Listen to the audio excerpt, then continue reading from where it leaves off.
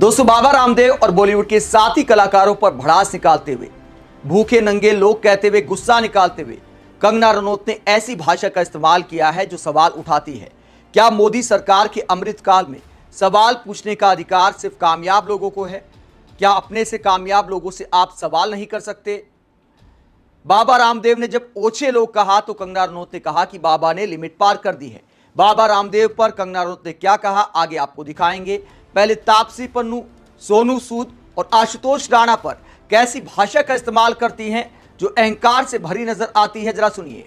देखिए, enough is enough. मैं देखती हूँ हर एक आए दिन ये इस तरह के लोग, चाहे वो आशुतोष राणा हो जो कहते हैं कि कुत्ते की तरह भौंकते हैं, चाहे सोनू सूद टाइप लोग हैं जो कहते हैं कि मुझे तरीका सीखना चाहिए, राखी सावंत टाइप लोग हैं जो मेरे चरित्र पर जो है हर तरीके की भद्दी टिप्पणी करते हैं, तापसी पन्नू टाइप लोग हैं जो मेरे माता पिता को, मेरी परवरिश को, मेरे बैकग्राउंड को अपमानित करते हैं।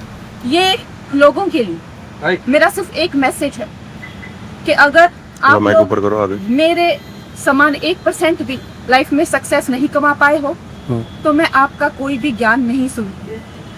सब फेल्ड और बिल्कुल अनवांटेड लोग जो हैं, मुझे जब देखो 4 गालियां देते रहते हैं मीडिया में आने के लिए। पहले आप कंगना रनौत बनो तो सही, आप बन के दिखाओ ना। लेकिन आप लोगों की मैं बिल्कुल कोई भी सलाह मशवरा नहीं सुनूंगी। कोई कुत्ता कह रहा है, कोई माता पिता को गाली दे रहा है, कोई कहता है टांग उठाती है, मैं ये भद्दी टिप्पणियां नहीं सुनूंगी। ये भूखे नंगे लोग मुझ पे लैच ऑन नहीं हो सकते हैं। Enough is enough. पेरेंट्स को नहीं छोड़ रहे हैं। कोई आशुतोष राणा जैसे कह रहे हैं कि कुत्ते की तरह भौंकती है। आप पहले कंगना रनौत बन के दिखाइए। अगर जो पर्सन मुझसे ज्यादा सक्सेसफुल है, मुझसे ज्यादा माननीय है, सम्माननीय, उनकी मैं सलाह लूंगी। बाकी फेल्ड, स्टूपिड, डिस्गस्टिंग, भूखे नंगे लोगों की मैं कोई सलाह नहीं लूंगी। I can help them if they want, but I am not here to listen things from them. शोध करना। कोई एक्शन लेंगे मैम क्या उस पे, रामदेव पे? दोस्तों, कंगना रनौत के ऐसे बयान दिखाते हैं कि वो आत्ममुक्ता में पीएम मोदी को टक्कर दे रही हैं। लगता है कि खुद को माधुरी दीक्षित या श्रीदेवी वाली जोन की हीरोइन मान लिया है, लेकिन हकीकत क्या है? कंगना रनौत ऐसे दिखाती मानो उनसे बड़ी कोई फीमेल एक्ट्रेस हुई नहीं है बॉलीवुड में, जबकि हकीकत क्या है? अगर इनका रिपोर्ट कार्ड आप देखेंगे, आखिरी हिट फिल्म भी कब आई थी, सुपरहिट छोड़िए, हिट फिल्म कब आई थी कंगना रनौत की, यह आप देख सकते हैं। गूगल बाबा क्या बताते हैं, इनकी हिट फिल्मों की फहरिस्त अगर आप देखेंगे तो एक छोटी सी लिस्ट बनेगी। अगर सुपरहिट फिल्मों की बात करें तो 3-4 सुपरहिट फिल्में इनके हिस्से हैं। उसके बाद तनु वेड्स मनु रिटर्न्स और तनु वेड्स मनु, ये 2 फिल्में आप मान सकते हैं, तो 3 फिल्में यहां पर हो जाती हैं। चौथी फिल्म है क्रिश 3। क्रिश 3 भी ऋतिक रोशन की वजह से लोग देखने गए थे। ऐसा नहीं कि कंगना की जगह कोई और हीरोइन होती तो फिल्म हिट नहीं होती। क्रिश एक सीक्वल फिल्म बनी थी, तो पहले से ही सारी फिल्में हिट रही थी, तो ऋतिक रोशन के चेहरे पर इस फिल्म का हिट होना तय था।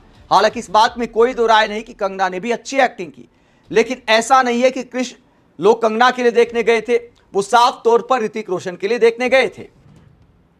इसके बाद अगर आखिरी एवरेज फिल्म की बात करें तो मणिकर्णिका आई थी 2019 में। 2019 के बाद सुपर फ्लॉप फिल्मों की झड़ी लगा दी है कंगना रनौत ने। एक के बाद एक फिल्में पिटती जा रही हैं और कंगना बड़बोले बयान देते हुए कभी कहती हैं कि हर उम्र में डिमांड में रहना कोई आसान बात नहीं है। तो बताइए उनकी डिमांड आखिरकार कहां पर है? उसके बाद दूसरों को भूखा नंगा लोग बताती हैं। अगर कोई आपसे कम कामयाब है वो भी आप पर सवाल खड़े कर सकता है। अगर किसी के पेट में 2 दाने भी नहीं है, अगर कोई वाकई भी भूखा मर रहा है तो आलोचना कर सकता है। पीएम मोदी को सुनना चाहिए, आलोचना तो लोकतंत्र का आभूषण होती है। आलोचना जीवंत लोकतंत्र का एक आभूषण है। अब तो मैडम राजनीति में आ गई है, थोड़ा सोच समझकर बोलना चाहिए, वरना ऊपर से फोन आ जाएगा।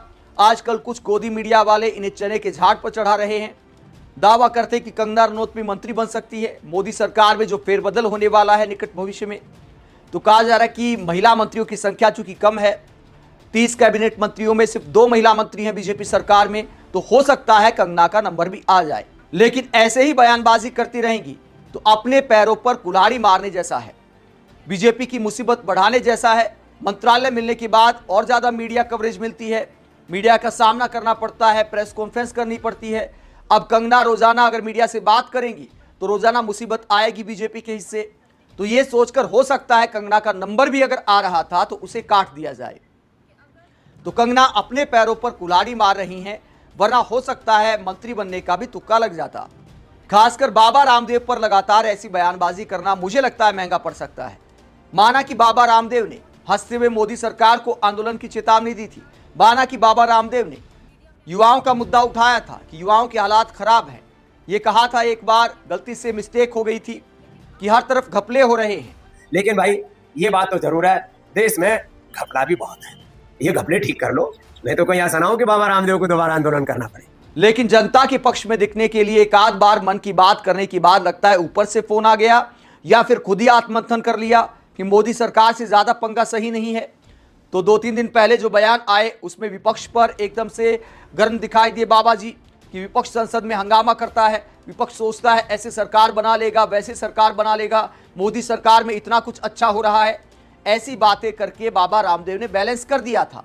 तो बाबा रामदेव को बीजेपी सरकार भी नाराज नहीं करना चाहती और बाबा रामदेव भी मोदी सरकार को नाराज नहीं करना चाहते। ऐसे में कंगना रनौत अगर रोजाना बाबा रामदेव पर अटैक करती हैं तो मुझे लगता है कि प्रमोशन होना मुश्किल है। उन्होंने बाबा रामदेव पर लिमिट क्रॉस करने का आरोप लगाते हुए क्या कहा, जरा सुनिए। और जहाँ तक बाबा रामदेव की बात है, उन्होंने हर मर्यादा लांघ दी है और उन्होंने जो है जिस तरह की टिप्पणी एक महिला पर की है, सारा समाज शर्मसार है। उन्होंने सनातन के वो कपड़े पहनते हैं, जिस तरह के वो नारंगी वस्त्र धारण करते हैं, उनको उन्होंने शर्मसार किया है। जो भी वो किस तरह की टिप्पणी महिलाओं पर कर रहे हैं, तो आई थिंक उनको जो है कहीं ना कहीं अपनी जो दृष्टि है महिलाओं के लिए, उसके बारे में जो है उनको शोध करना है। कोई एक्शन लेंगी मैम क्या उस पे, रामदेव पे? तो कंगना रनौत कहती हैं कि भगवा पहनकर बाबा रामदेव ने लिमिट क्रॉस कर दी है। इससे पहले उन्होंने कहा था बाबा रामदेव को कि आपको मेरी जवानी के, मेरे बेडरूम के दिन में सपने लेना बंद कर देना चाहिए। मेरा कैरेक्टर आपसे तो अच्छा है कि मुझे सुप्रीम कोर्ट से इस बात को लेकर फटकार नहीं पड़ी कि अपनी दवाओं के बारे में, अपने प्रोडक्ट के बारे में झूठे विज्ञापन आपने चलाए हैं। तो बाबा रामदेव के कैरेक्टर पर सवाल उठाए थे कंगना मैडम ने। कंगना के जवाब के बाद बाबा रामदेव ने और गुस्सा दिला दिया। जब मीडिया ने सवाल किया कंगना को लेकर तो बाबा रामदेव ने कहा कि मैं ओछे लोगों के बारे में बात नहीं करता। इसीलिए कंगना मैडम और ज्यादा गुस्सा हो गई है और कहते कि बाबा ने लिमिट क्रॉस कर दी है। आप इस जंग को लेकर क्या सोचते हैं, जिस पर विपक्षी नेता तो मजे ले रहे हैं कि भैया और लड़ो, बहुत मजा आ रहा है। लेकिन क्या कंगना रनौत को ऐसी भाषा का इस्तेमाल करना चाहिए एक सांसद होकर कि दूसरों को भूखे नंगे लोग कहना? कमेंट बॉक्स में अपनी राय जरूर दें, साथ ही चैनल को सब्सक्राइब भी करें। नमस्कार।